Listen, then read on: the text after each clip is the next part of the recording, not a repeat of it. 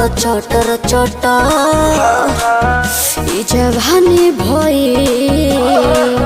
जीजू butter butter ए जी खाजू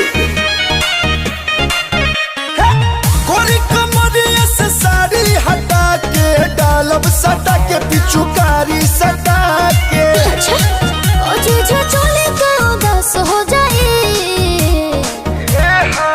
आजा कोरा में हमारा लिमिट सब करस हो जाई।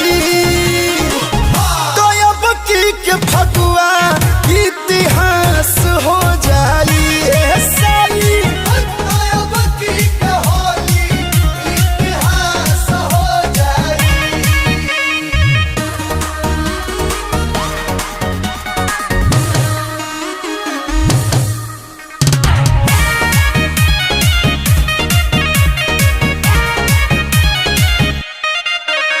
रे चोरी चोरी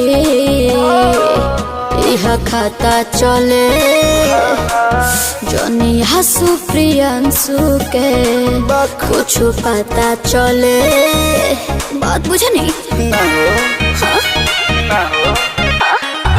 तू दिलु बड़ी में हर के माजा पाजा में आजा सुना पाजा में आजा। अकलो खला कुछ खास हो जाए तोहर परती परल धरती कई चास हो जाई। तो अब की फगुआ इतिहास हो जाई सोना। अब की होली इतिहास हो जाई। तो विचार करी